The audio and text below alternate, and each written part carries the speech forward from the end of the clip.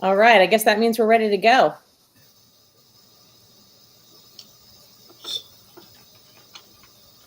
We're going to get our slides up here. We'll get going. Hi, everybody. All right, well, welcome to our Bright Futures Scholarship Parent Page FAQ with your admin team. I am your host for the evening. I am Stephanie. Jason will be manning the chat, but we will all be bringing you useful information about Bright Futures.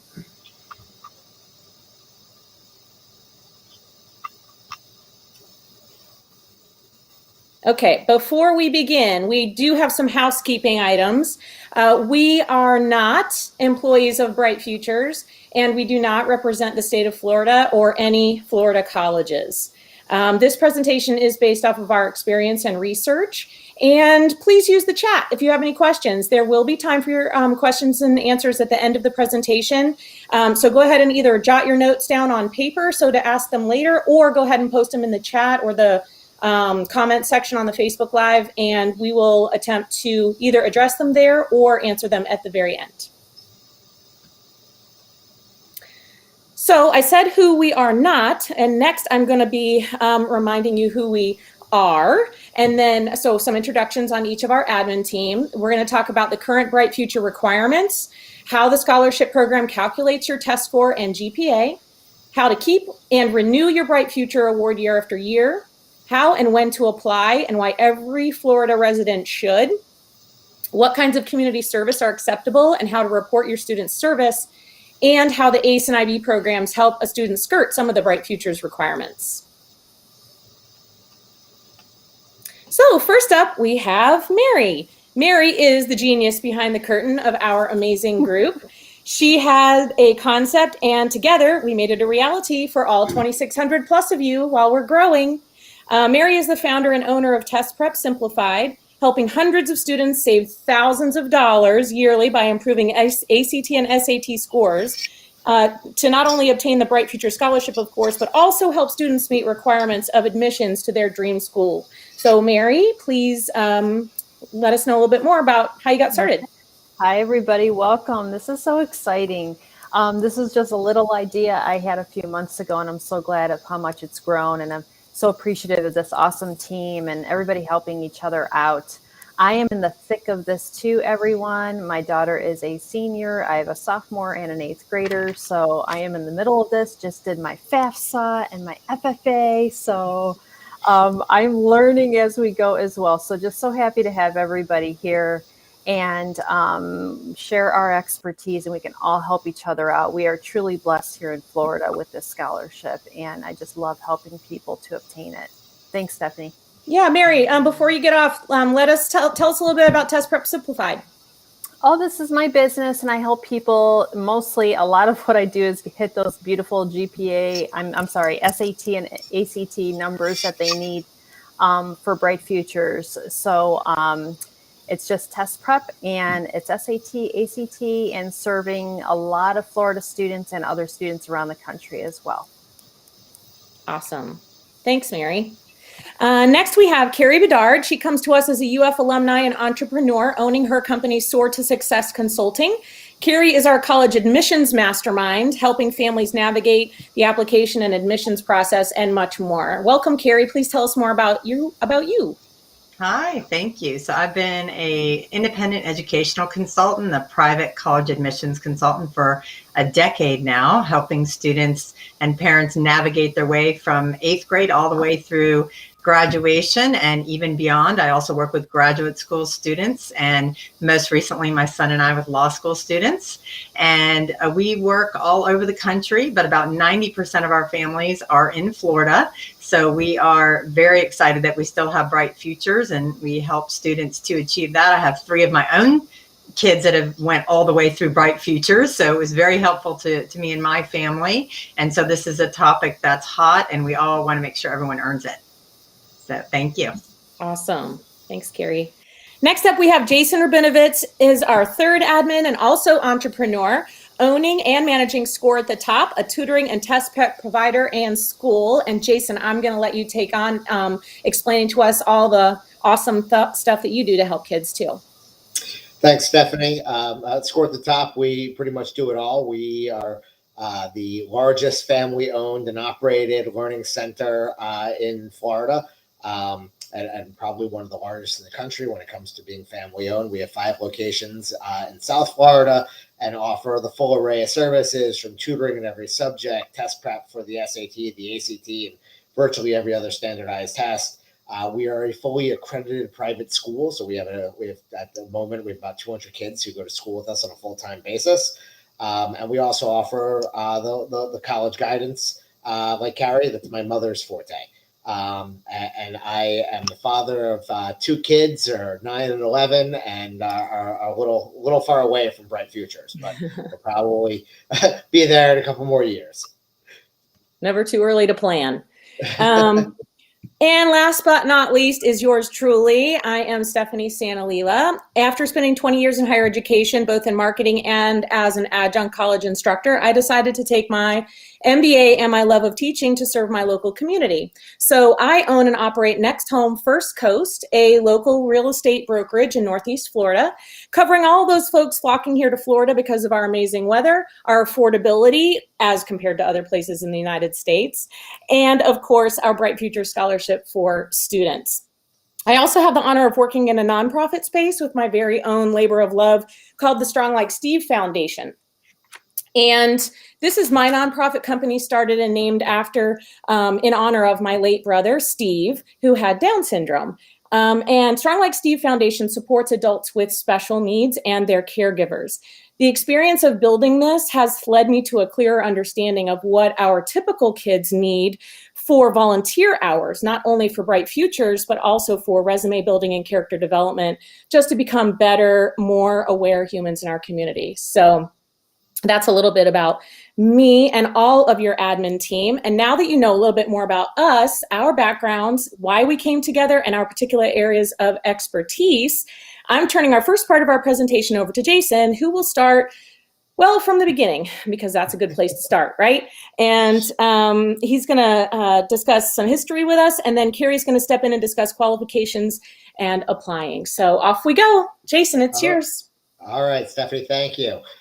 So I'll make this quick as I can. Bright Futures began in 1997, being talked about legislatively a couple years before then, and it was designed to emulate Georgia's Hope Scholarship, which was designed to keep the best and the brightest in the state. Originally, the qualifications for Bright Futures, especially for the Florida Medallion Scholars, were significantly lower than they are today. And that led to some pretty major financial consequences for the state of Florida, maxing out in 2008, with 39% of the Florida grads getting the scholarship. And they, predominantly went to UF, or 94% of the freshman class were scholarshiped at Bright Futures. In 2011, these scholarships were raised. And they were raised again in this last year. And one of the things they also did in the last year, thankfully, the only thing they ended up changing was eliminating the book stipend, which saved the state $37 million. Hopefully the scholarship will stay as is for the foreseeable future, but every legislative year is a different change, and we have to watch who our governor is and who's in our legislature, and where they're going to take to give to someplace else. So we'll see where it goes. Today's presentation is just me about this next year after.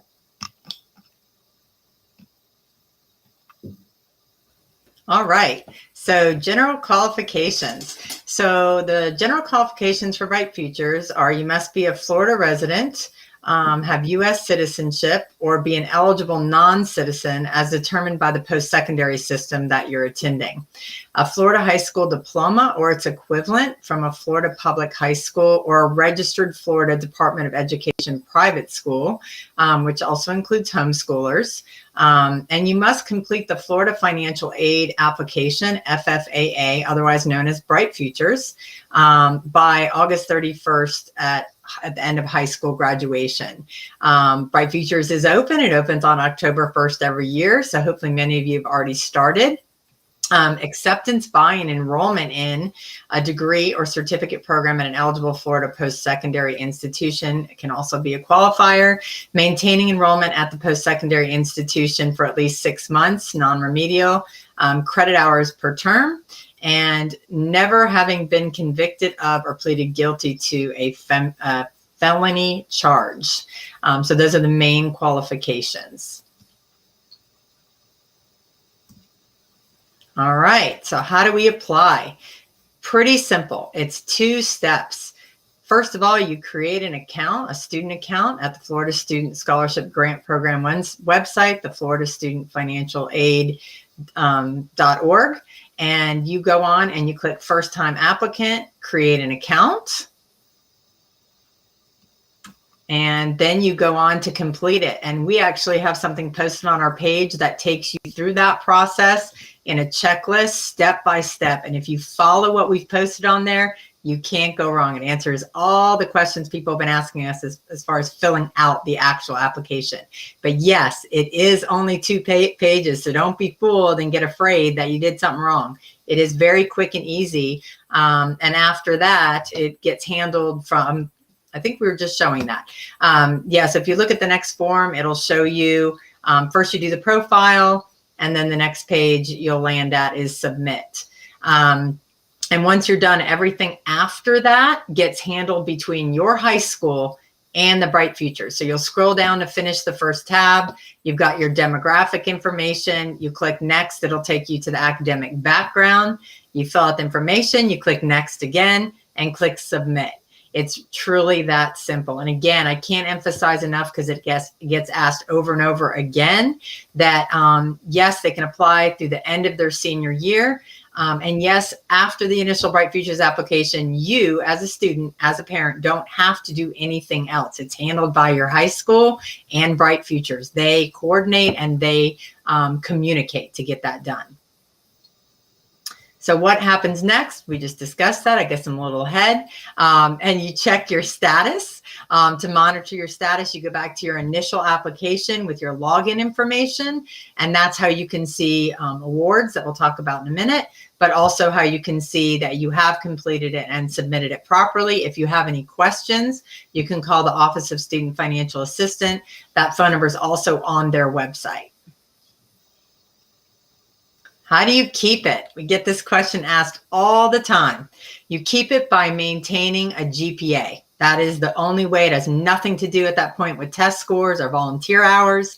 Once you get to college, it's maintaining by a GPA.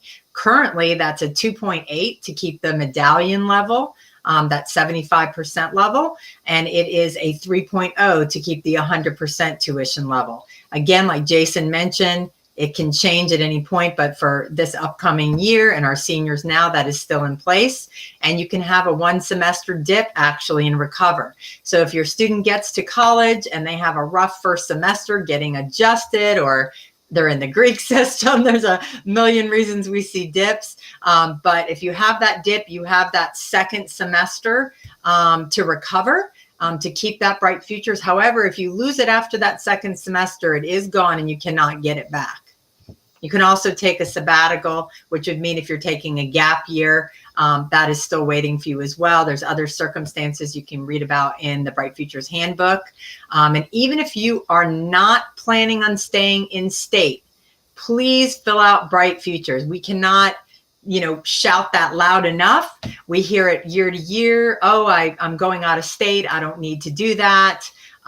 We're moving. I don't need to do that. My father's transferring. It doesn't matter. If you live in the state of Florida right now and your student is a senior in a Florida high school or a Florida accredited high school or a Florida online school, You must fill out Bright Futures. You never know what's going to happen. You want it there. What if your students go out of state and they don't like it and they come back? If you do not fill this out initially, it will not be there waiting for you.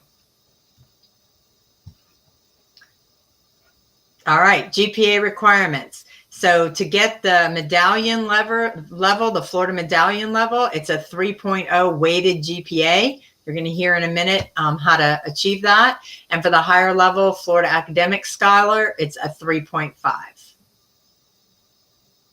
All right, calculating Bright Futures. It's your weighted GPA, and it includes only these 16 courses. There are circumstances where if it benefits the student, they will offer to include core AP classes as well if they're needed to get you to that.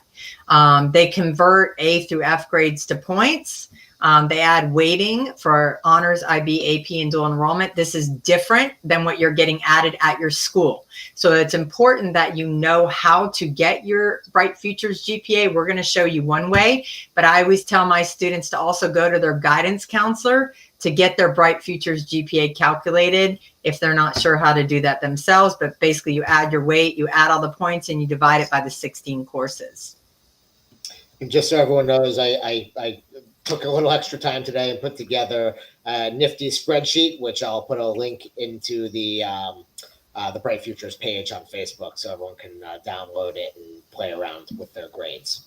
And thank you, Jason. The calculator is great, so make sure you guys are using that. So I'll take over and talk a little bit about test scores for Bright Futures as of right now. For the medallion scholarship, you need a 25 or a 1210 ACT versus the SAT, and the academic scholarship, a 29 or a 1330. The 1330 went up for this year, so it's getting there. If you have a senior, you can still take the SA or the ACT through December and make the majority of early action deadlines. Not UFs, but several others of the state schools you'll make. But for Bright Futures, you can continue taking the test all the way through June. So even if you take the test in December, you already took the test, you have the score, maybe you got a 1300, and you know that may get you into the school you want to go into, but you're still looking for that academic scholarship. So you can do a little test prep and continue taking the test through the rest of the school year, and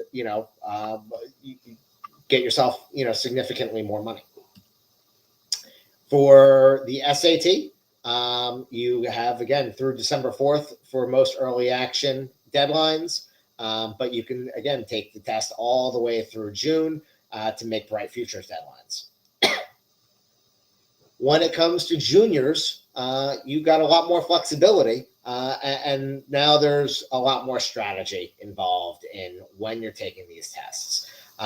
In my SAT practice, we typically recommend that juniors take the ACT in December, and December is a special date because it's one of the few administrations of the ACT. There's 3 of them. We have them starred on this slide, where you can actually get a copy of the test that you took back. Not the copy you marked up or your student marked up, but a copy of the test that they took, along with what all of their answers are and what all the correct answers are.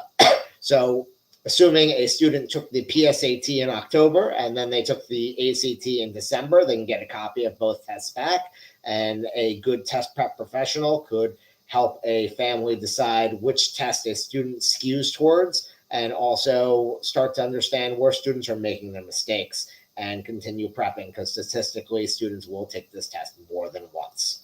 I don't think I have a slide on this, but I would say if you have any sophomore students or families in the crowd, we do recommend in our practice that sophomores consider taking that June or July ACT.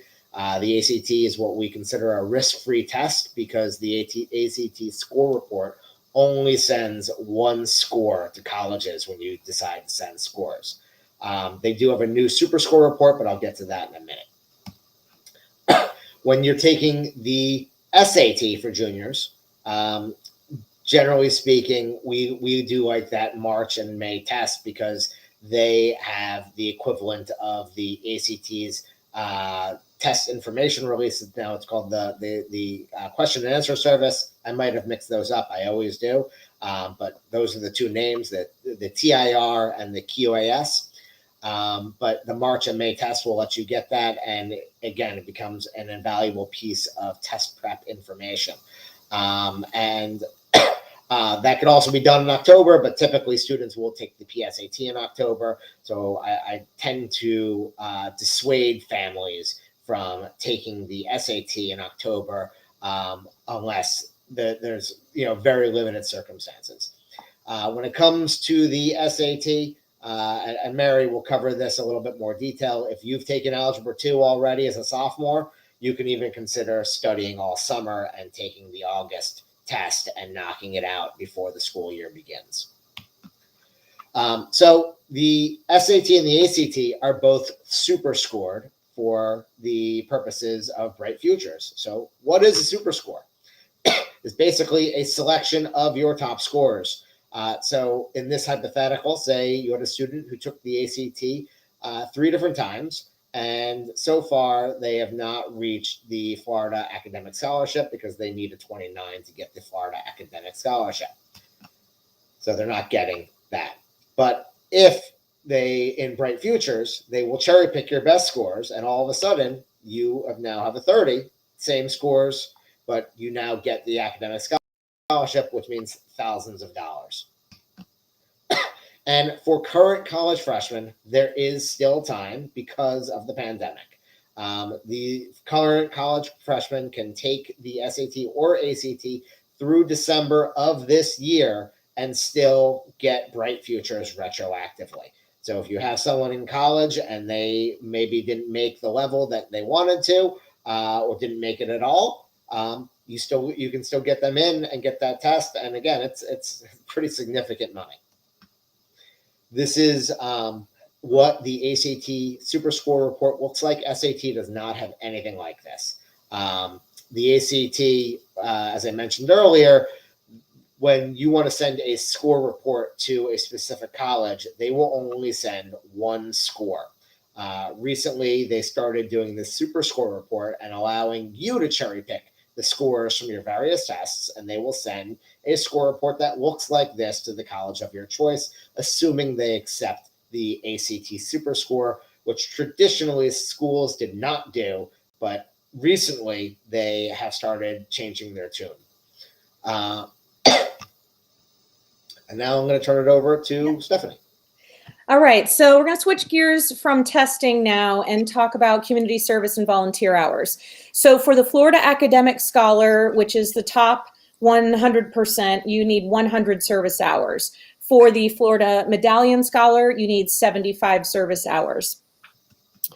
So, and that is, of course, in addition to the qualifying GPA and test scores, and these volunteer hours need to be documented. So we're going to talk about the requirements, how to earn it, what counts, what does not, how to submit your documentation, and then some best practices.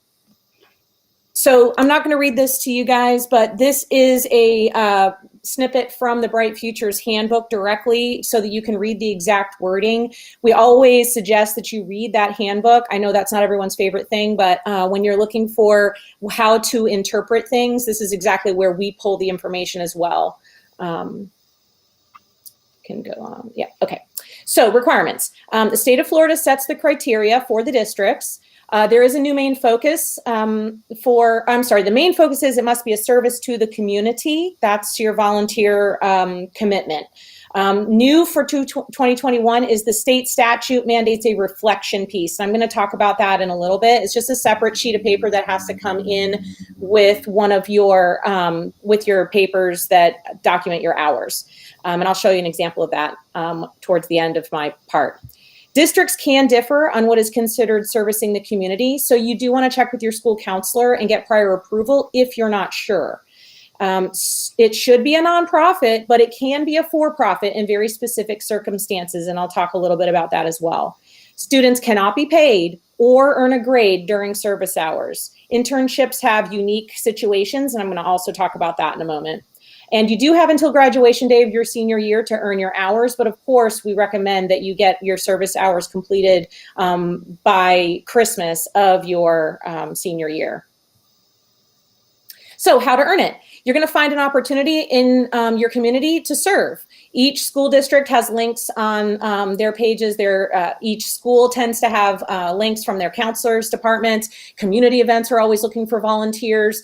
The key is to go ahead and confirm with that organization that they know the process for providing documentation for volunteer hours. It's very common, especially in the state of Florida, because nonprofits are familiar with the Bright Future Scholarship and encouraging high school students to help their nonprofits. They're familiar with this process. And if they're not, you can educate them. You can just get the information that you need from your school counselor. Then the student completes the volunteer hours. And then when they're completed, they request a letter on letterhead with the name of the organization, the event, the hours worked, the duties performed, and the student name. Okay, what counts and what does not? We get this question a lot. It should be a nonprofit, but it can be a for-profit, like I mentioned earlier. It just depends on the situation. The for-profit has to be doing something that is in benefit to the community and is not creating a profit for them during that specific event. But generally speaking, we like to see nonprofit volunteer hours. Students cannot be paid and they cannot earn a grade for the activity. Now, student intern programs are set up specifically to accommodate this, but make sure that you understand, because there are maximums on internship program hours. And Carrie can speak more to that later, but it is, I believe, 75 hours maximum on an internship program. So just make sure that if you do sign up for an internship program at your high school, you understand, are you signing up for hours or are you signing up for a grade? Typically, high schools will separate the two and they'll make one semester for a grade and one semester for hours. That way you don't go over the maximum hours as well. Okay, test time. So we can answer in the chat. And take a guess what you think. Does this activity qualify for Bright Futures Community Service or not? Volunteering at a soup kitchen, handing out food.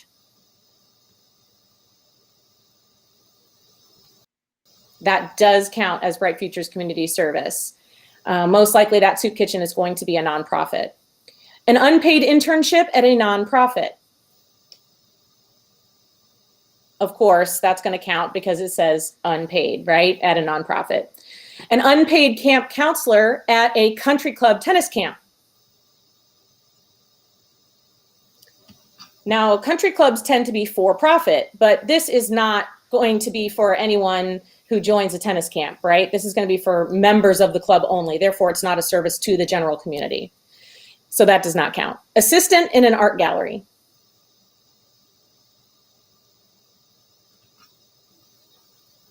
That is not going to count for Bright Futures. Volunteering as a babysitter at your church, synagogue, or mosque.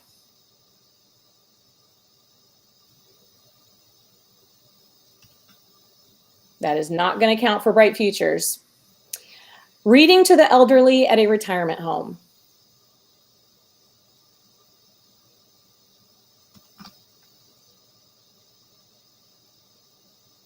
That is going to count.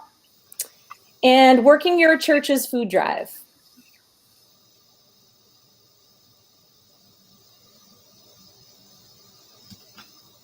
All right, and that is going to count. So hopefully y'all use these examples to kind of see where you might benefit and might not from the community service side. But you can put up the next piece of that, Jason. There we go. There is a difference between resume building and community service. So one of the key things that we like to point out is to say that your community service really should try to be around a event or a more of like a plan that you can build all of your volunteer hours around something that you really care about, so that you're building more of a resume along with your volunteer hours. There are going to be things that are going to be resume building that you really need on your resume that aren't going to count for volunteer hours, and that's okay. You need those to get into the higher level schools. But just remember that some things you're going to do, you may not get paid for, but you also may not be able to count them as Bright Futures Community Service. Okay, how to submit documentation. So I mentioned before, you're going to get letter on letterhead from the nonprofit with the details. You're going to fill in the reflection paperwork from the district. Those are listed typically, like I said, on the district website or on the on your school counselor's website or on the Bright Futures page. You're going to provide your school counselor secretary the documentation in one of three ways. You can scan and email it in, you can put it in a bin in their office, or you can hand it directly to the counselor secretary. Now, the secretary is going to be the one who's going to confirm all the details and enter it into the tracking system. Here in St. Johns County, that's called HACK. The system shows the student and the parent, when you log in, the number of hours that have been entered, but it won't tell you when or where, although the counselor can see that on their end. So if you want to, at the end of the semester, we always recommend that you have the secretary print out a copy of the file. That way you can double check it against your copy of your files. And everyone is human, and some people do change jobs and move in and out of the county. So make sure that you keep a copy of everything for your files. That's really important, because even though you turn it in, it may not get entered correctly. And you want to make sure you get credit for those hard-earned hours. Okay, so again, just wrapping up with best practices. Make a plan for your community service that coincides with your career goal and college aspirations. So this is going to help you build a solid resume to show college admissions that your volunteer time was organized, well planned, and thoughtfully executed. I mean, you can go out and get 2 hours here, 3 hours there, 1 hour there, doing all these different things around the community, which are amazing. But if all you're doing that for is to check a box that you've got 100 hours for Bright Futures, that's going to help you attain Bright Futures, but it's not going to help you get into the college of your dream. So you want to make sure that you understand that those are two very different goals you're trying to achieve. If you are not 100% certain that the organization meets the requirements for approval, you can contact your counselor for prior authorization. And you will just do that in an email. And it's smart to have that email so that once it's approved, so that if that person does leave, you have written approval that that was a confirmed volunteer opportunity. Again, make copies of everything and keep a file of documents and spreadsheet of hours worked. And then make sure that your file and the school database match. Like I said, ask your school counselor secretary to print out your hours at the end of every semester and then confirm and track those as you go. I just wanted to add one more thing to that, Stephanie. I know something Carrie and I both recommend in our college planning practices is that families establish a professional email address for their students that both parents and students have access to, because I can tell you there's been a number of times that a student has failed to look at their email and has missed very important deadlines. So in line with these best practices, one of the things I would suggest is taking a picture or scanning the documents and emailing it to that email account, and just using that email account to sign up for everything. Use it on your Common App, use it on any subscriptions you do for colleges, and that way everything's all in one place. That's your college account, and probably becomes a professional account later in life. Okay, so just to quickly wrap up is the examples of the St. Johns County School District forms. These can be found on the district website.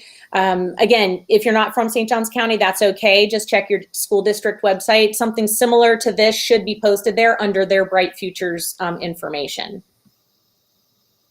Again, this is just a snippet from that, gives you the exact things to do. One thing I do want to point out, since we do have a lot of St. Johns County people on this call most likely, is that they do say on here students need to complete prior to volunteering, which is getting a approval.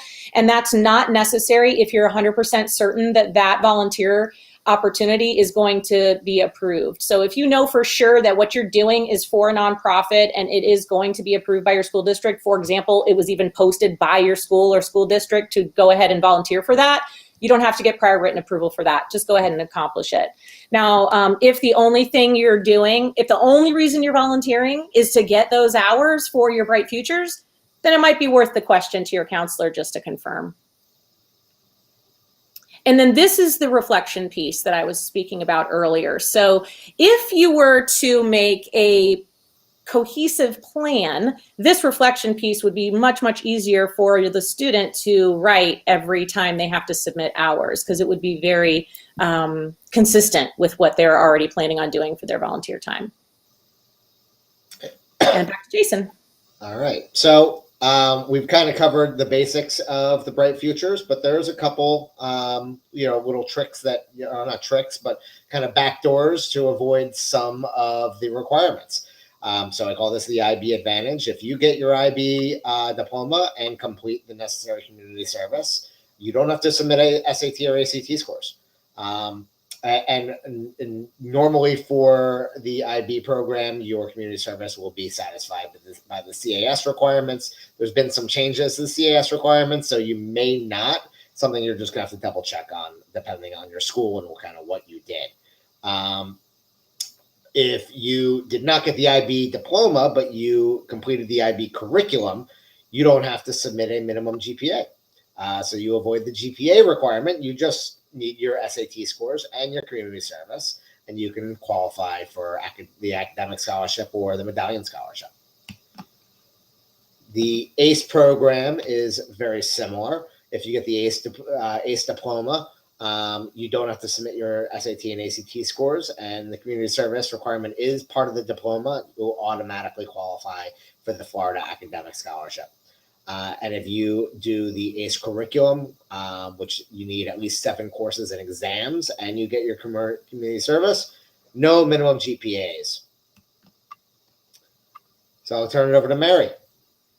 Okay, all right. So here's another good thing to know, and it does provide a bit of comfort for students to realize, like, what exactly do we need with these scores and what kind of accuracy are we talking about? So on this graph, you can see the ACT score ranges from 3 to 36, SAT 400 to 1600. The national average ACT score is about a 21, and SAT is about a 1050. And students who are getting those types of scores are falling right in the middle, the 50th percentile, meaning those are national averages, and also meaning that the students obtaining those scores are getting about 50% right and 50% wrong on these tests. That's how difficult the scale is. So what about our Bright Futures kids? For 75% Bright Futures, you would need an ACT score of 25, SAT score of 1210. What does that equate to? That's about a top 20% of test takers nationally. And what does that mean as far as accuracy goes? And here's the good news, 70% accuracy on these tests, about approximately 75% correct. So when I tutor children or teach classes, I tell them this isn't like school where you're shooting for 90 or 100%. This is a whole nother ball game. And that's really brings a comfort level, especially for the kiddos shooting for 75%. Now 100%, ACT is 29, SAT is 1330. Those are the super bright kids in the top 10% of test takers. What is that accuracy? About 80% accuracy. Again, not 90 or 100. And then possible highest scores are 36 and 1600. You're in the top 1%. You're probably going to get a free ride somewhere anyway. And that is about 100% accuracy on these tests.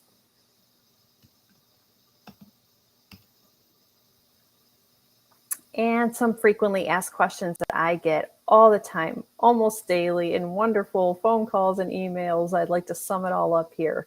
Who should be testing? Students should begin testing for the ACT and SAT either during their Algebra 2 year or perhaps at the end of Algebra 2, meaning they have already had Algebra 1 geometry and Algebra 2. It's a great time to start, because ACT and SAT tests basically those 3 areas in the for math. So once you've attained Algebra 2, you are absolutely ready to go. Can you test before that? Sure, but this is just a great time to start. How to register? The simplest way I can say it is sat.org or act.org, and testing centers are listed on the websites and usually offered in a lot of locations around you. I would typically recommend testing, if possible, at your student's own high school. That will eliminate a lot of anxiety of entering into a new building. So that's something else to keep in mind. all colleges accept the SAT and ACT for college admissions. The structure and format of the test do differ, so students should try both tests to see which one suits them best. It is an absolute myth that some colleges accept one test over the other. They are both accepted equally. Why should we prep? Why do we want high test scores? You want to score your personal best. You want to enhance your opportunities at dream schools, and you want to qualify for scholarships. When are the tests? They are given throughout the year. So it's really great how they're set up, that there are 7 SATs given throughout those 7 months listed and 7 ACTs given throughout the 7 months listed. And test prep is so imperative, and there are so many different ways that people can prep. There is self-prep, so students can practice on their own. So many online free courses are available, again, at sat.org and act.org.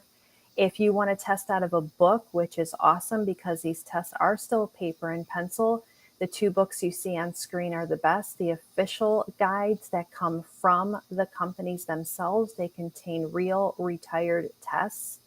Lots of wonderful prep books exist, but I'm just saying if you want the real deal, these are the books to get available on Amazon. Of course, prep classes are available, tutoring, lots of options. So consider this. If you put $2,000 into Berkshire Hathaway stock in 2010, today it'd be worth a little over $5,000, which is not terrible, but not the greatest either. If you invested that same $2,000 in test prep, and I'm not saying that is what you have to spend because you can spend significantly less. You could do it for free if you wanted to. But if you, assuming you spent $2,000, look at your returns. You're seeing almost 1,000% return, and that's on the medallion scholarship across the board, and well over 1,000% on the academic scholarship. So when it comes to doing test prep, choose your test prep people wisely. Obviously, Mary and I are both in the business of test prep, so we hope you choose us. But if you are looking for somebody else, there is an organization called the NTPA, the National Test Prep Association, which I'm a founding member of, as well as I'm on the board. But it's the only nonprofit organization that spends their time vetting test prep tutors and helping them become better at their job. I can tell you that my organization has definitely become better as a result of being a member of this organization. So it's something that Mary and I are, both members of. In fact, how we met. Yeah, exactly. So now it's time for a little questions. And if you have a question that we don't get to, or that you'd rather ask privately, feel free to email any one of us. Here is all of our email addresses. I'm just going to go start looking at the chat. So everyone knows this session has been recorded or is being recorded. It will be available probably tomorrow or later today. I'll post a link within the Bright Futures page so everyone can watch it after the fact, or they can share it with their friends. So here's Jason. Yes. I'd just like to add a final note to everybody before we start the chat is we didn't mention that any hours prior to August 16th, 2021 were grandfathered in. So all these things we're talking about for these volunteer changes, needing paperwork and forms and pre-approval and all that, that started on August 16th this year, August 16th, 2021. So anything prior to that date is in the system, turned in, it is approved, the hours are logged. You don't have to go back and do all this. So as of August 16th, 2021, moving forward, that is what we're talking about for the additional steps for the volunteerism. So I just want to make sure we said that before you continue on with chat questions. Thanks, Carrie. So first question, can you talk about how to use Bright Futures? Chapter 2 says you have 5 years to apply. Can you take a gap year, mission, or try an out-of-state school before using it? Yes. Yes to everything. Is statistics considered math as well? Yes. Yeah, statistics is definitely considered the math as long as you're getting your algebra 2, algebra 1, algebra 2, and geometry. Your fourth math can be virtually anything else. Yep. Can you take a sabbatical for mission service after having begun the use of Bright Futures? Does that still count in your 5 years to use it, or does it freeze time? So our understanding is that it counts for the 5 years if you're taking any online coursework or anything during the mission. If you're not doing anything, then it should freeze it. But we've had this question a couple times, and for that question in particular, I would call the Bright Futures hotline and I would get that clarified. When we're talking about keeping the Bright Futures in school, does a student lose it if they drop a course? I heard this happens to many kids. It depends when you're talking. Jason, you might know the answer to this as well. When I saw that question pop up, I didn't know if that meant if they drop a course in high school or if they drop a course in college. I'm not sure what question they're talking about there. I mean, if you drop a course in high school, it should not matter as long as you pick up. Here's my dog. As long as you pick up, another course that you get your 16 credits that Correct. we're looking for. In college, you do have to be a full-time student to take advantage of Bright Futures. So if you drop a course and it drops you out of full-time status, then you're at risk at losing Bright Futures. I believe there is a process to go through to get it back again. But I mean, it's something you have to act on quickly, and certainly should be really careful before you drop a course. Yes, absolutely. Check with your advisor at your college. Where can I get the handbook? Online. You can download it right from the Bright Futures website. Yeah. For private high schools, would you just use the county school board district document? And yes, I've been asked this, and yes, you would just use the county unless your private high school has their own form that they've adopted.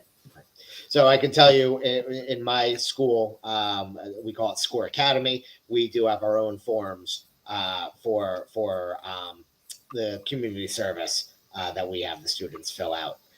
And for most public schools, just so everyone understands, with the GPA, anyone who's on Naviance basically can just upload it right away. Press of a button, your entire transcript gets transferred over to the Bright Futures database, and they will analyze it. Private schools that don't have Naviance or are using a different program have to actually go in themselves and manually input the entire transcript, which is another reason why you want to start the process early, because if you go to your, whoever does it at your private school and you hit them up in June, they might not get to it in time, and you may lose out because you waited way too long to get it done. Now we just do it for everybody in our school, but I don't know about other schools. Is the reflection log required for the class of 2022? So again, that goes back to the same thing. Everything they turned in prior to August 16th would not. Same thing with the senior class. Anything after August 16th, so basically senior year stuff, they need to do the same process as everyone else. If community service hours are shown on the student transcript, is it considered recorded?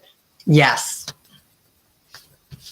And does my daughter send SAT scores herself, or does the school do that for her? So if you're talking about Bright Futures, then the school does that. That's communicated back and forth from the transcript to Bright Futures. In fact, I believe both SAT and ACT just automatically put all scores into the Bright Futures database, and it just gets linked up. Yep. So this is a good question. Does accept Bright Futures? While the answer is a little more, it's not necessarily that they accept Bright Futures, but Bright Futures will pay any private school in Florida the same rate they would pay to the public schools. The dollar amount. Yeah, dollar amount. So The award amount. The award amount, I believe, for the academic scholarship, I want to say is $211 and change per credit hour. And for the medallion, it's I think $158 and change per credit hour. So they will pay that to any private university within the state of Florida because they want to keep Florida students within the state. Is pre-IB considered IB for weighted value? And the answer is yes, it is. If you have Florida prepaid and your what happens if your child gets Bright Futures? Yeah, so I'm your Florida prepaid expert. So if you have any questions, you can also email those to me. I've used Florida prepaid and Bright Futures for all three of my kids. There's also some circumstances where you could cash out your Florida prepaid if it makes sense for private schools. But yes, if you have Florida prepaid and your child gets Bright Futures, the way it's billed at Florida public universities is first your Florida prepaid gets billed. And then Bright Futures award come through, and then the balance of that money gets distributed into an account designated by your student at orientation, typically.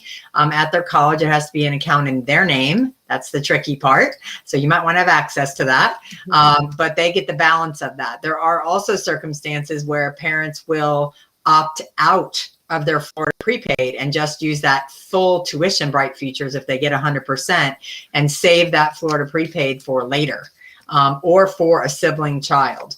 So lots of questions about that. We're not going to get too much into that right now, but if you have Florida prepaid questions, I'm your girl. If your kid is in advanced math, for instance, calculus, their sophomore year of high school, when should they take the SAT or ACT? I say Mary, take it. Yeah, I say what's going to happen with all my pre-calc and calc kids, I say they develop calculus brain, which is a wonderful thing, but a bad thing for SAT and ACT because they have to then remember all that old math, the Algebra 1, the Algebra 2, and geometry. So even if your sophomore or junior is beginning pre-calculus, go ahead, get those ACT and SATs started.